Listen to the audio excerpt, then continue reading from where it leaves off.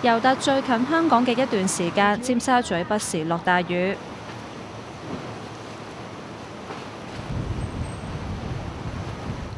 海面出現有湧浪。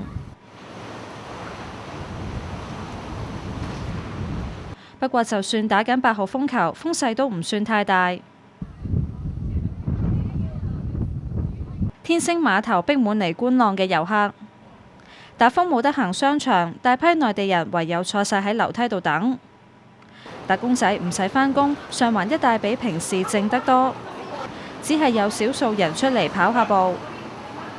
喺上環海旁呢度，風勢唔算太大，亦都冇乜落雨，所以吸引咗一啲遊客同埋市民嚟到呢度睇風景同埋影相。有市民就話唔太擔心出現惡劣天氣。我見好似今日唔係咁大風咁樣，我咪出嚟行下咯，幾廿歲行，我哋飲完茶走嚟行下。而喺銅鑼灣一個商場外面展出嘅高達同埋渣古模型，雖然成晚硬食強風，仍然屹立不倒，但係就變成網中人。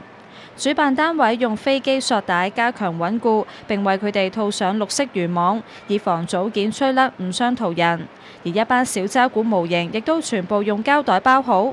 主辦單位強調，所有模型建造嘅時候已經設定可以承受10號風球嘅威力。香港寬頻電視記者曾志倫報導。